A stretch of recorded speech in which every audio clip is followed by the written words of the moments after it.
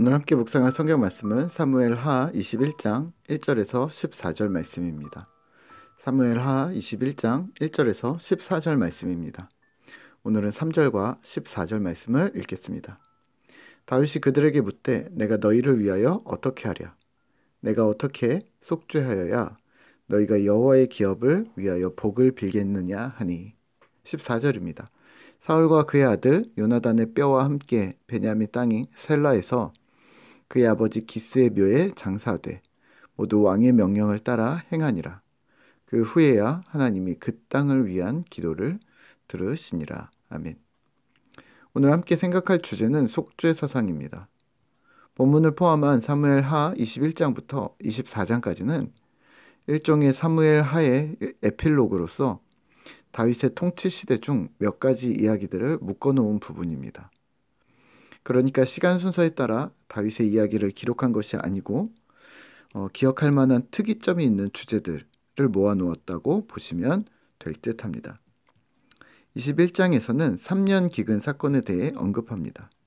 1절입니다. 다윗의 시대에 해를 거듭하여 3년 기근이 있으므로 다윗이 여호와 앞에 간구하매 여호와께서 이르시되 이는 사울과 피를 흘린 그의 집으로 말미암음이니 그가 기브온 사람을 죽였음이니라 하시니라.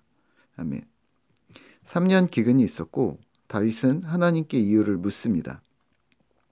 그리고 하나님은 사울의 통치 때에 기브온 사람들을 죽였기 때문에 지금 기근이 임한 것이라고 말씀하십니다.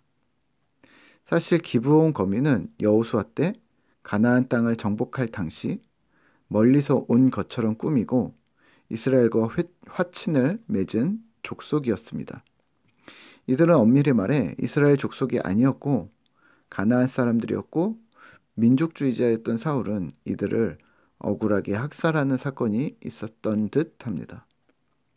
하나님은 이 사건이 오늘 3년 기근의 핵심이고 이를 해결해야 기근의 재앙이 멈춰질 것이라고 말씀하십니다. 조금만 생각해 보면 이해되지 않는 부분이 있습니다. 사울의 때에 일어난 일을 그 당시에 해결하시지 않고 또 사울 본인이 직접 해결하도록 하지 않으시고 한 발 뒤늦게 다윗과 그의 백성이 책임을 져야 했다는 것은 약간 넌센스입니다. 또 사울의 대가 대신 그의 자손들의 목숨으로 이를 해결했다는 것도 현대적인 시각에서 볼 때는 조금 이해가 되지 않습니다. 또 표면적으로는 흠없는 짐승의 희생으로 하나님께 용서, 속죄를 구하면 되는 게 아니었는가라는 생각도 들고 사울의 손자들을 처형하는 것이 과한 처사가 아닌가 하는 생각도 듭니다. 하지만 또 열린 마음으로 이해하려고 애를 써본다면 이렇게 이해할 수는 있을 듯합니다. 사울의 죽음이 급작스러웠고 이 사건이 일어난 시점이 무비보셋을 다윗이 챙기기 시작했던 정권 초기의 일이 아니었을까 유추할 수 있습니다. 결국 정권 초기라 함은 이전에 사울 통치하에서 있었던 국가의 대내적인 일들을 정리해야 했던 것이죠. 그래서 밖으로는 주변 국가들과의 전쟁을 통해 이스라엘이라는 국가의 입지를 확정합니다. 또 대내적으로는 이전의 잔재들, 적폐를 청산하고 과거의 실수들을 바로잡고 앞으로 다윗의 나라가 든든히 서도록 해결해야 할 부분들을 정리하는 과정에 있었다고 본다면 오늘 이 부분은 조금 이해할 수 있는 측면이 있습니다. 다윗이 기브와 거민에게 묻습니다. 어떻게 해야 너희의 이 한이 해결되겠느냐? 너에게 어떻게 속죄해야 하겠느냐? 3절입니다. 다윗이 그들에게 묻되 내가 너희를 위하여 어떻게 하랴? 내가 어떻게 속죄하여야 너희가 여호와의 기업을 위하여 복을 빌겠느냐 하니. 기브온 사람들이 대답합니다.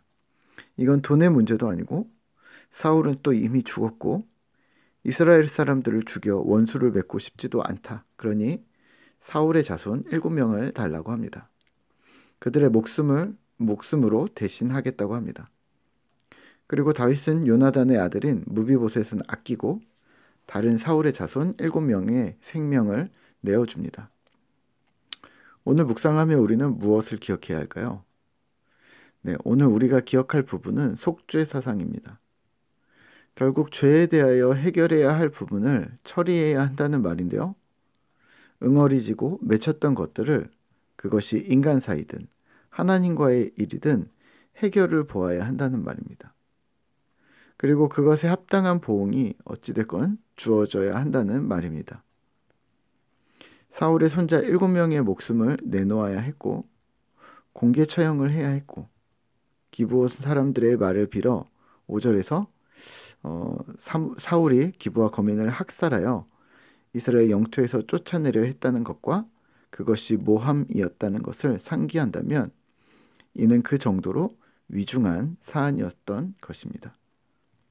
현실을 살아가는 우리, 사실 중요한 사건들에 대해 우리는 짚어주지 않고 넘어갈 때가 많습니다. 언급하지 않는 것이 더 낫다고 생각하고 덮을 때도 있고 또 큰 사건이 있었음에도 불구하고 아무 일 없이 살아가는 척 할 때도 있습니다. 마치 암논에 대해 압살롬이 2년 동안 칼을 간 것을 아무도 몰랐던 것처럼 말입니다. 겉으로는 덤덤해 보이나 해결되었고 겉으로 보이니 해결되었다고 착각하는 것이죠. 때문에 해결되지 않은 사건들은 감정이 쌓이고 나중에는 해결할 수 없을 만큼 큰 어려움이 닥칠 때가 있습니다. 또 한 가지 측면, 신자는 하나님께만 용서받으면 된다라는 식의 가벼운 속죄의식은 매우 위험합니다.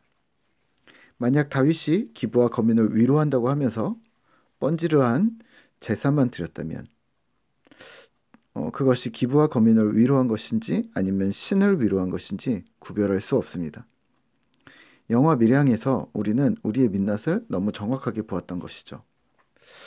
속죄의식이란 하나님과 사람 앞에 사죄하는 것입니다. 죄를 담당하기로 하고 그에 합당한 대가를 치르는 것입니다. 물론 어려운 일입니다. 과한 처사라고 생각될 수도 있습니다.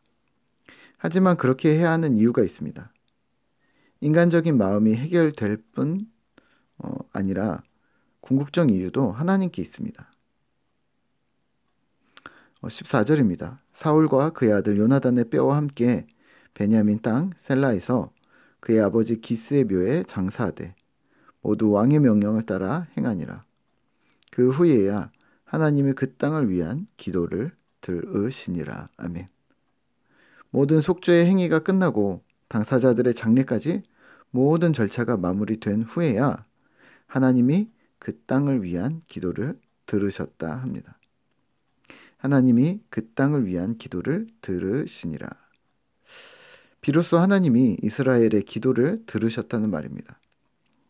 우리 역시 우리의 기도가 주 앞에 들려지도록 하나님과 사람 앞에 성심을 다하시죠. 오늘 우리의 약함은 어떻게 해결되어야 할지 모르겠지만 하나님 앞에서 또한 사람 앞에서 그 약함들을 해결하시죠. 속죄는 참으로 어려운 일입니다. 하지만 예수 십자가 그 속죄를 힘입어 오늘도 힘을 내시죠.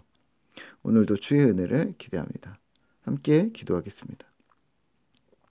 하나님 감사합니다. 우리는 하나님과만 문제가 해결되면 모든 것이 괜찮다고 생각을 합니다. 하지만 실제 속죄는 하나님과 사람 앞에, 하나님과 세상 앞에, 아니 하나님과 피해자 앞에 우리의 속죄의 행위가 있어져야 함을 주님 우리가 다시 한번 확인합니다. 다윗이 사울의 실수를 속죄하였던 것처럼 오늘 우리도 예수 그리스도께서 우리의 죄를, 우리의 약함을, 우리의 악함을 해결하셨던 것을 힘입어 우리가 주님을 바라보고 주 앞에 나아가는 자들 되도록 주님 도와주시옵소서. 하나님, 죄가 시작되어지면 우리 안에 악함이 있어지면 우리가 복잡하다는 것을 이제 깨닫습니다. 하나님, 우리가 하나님 앞에서 정결함을 유지하게 하시고 하나님 바라보게 하시고 하나님 의지하며 하나님 앞에서 하나님과 사람 앞에 성심을 다하는 주의 백성들 되도록 주께서 붙들어 주시옵소서. 오늘도 주께서 우리와 함께 하심을 믿습니다. 예수님의 이름으로 기도드립니다. 아멘.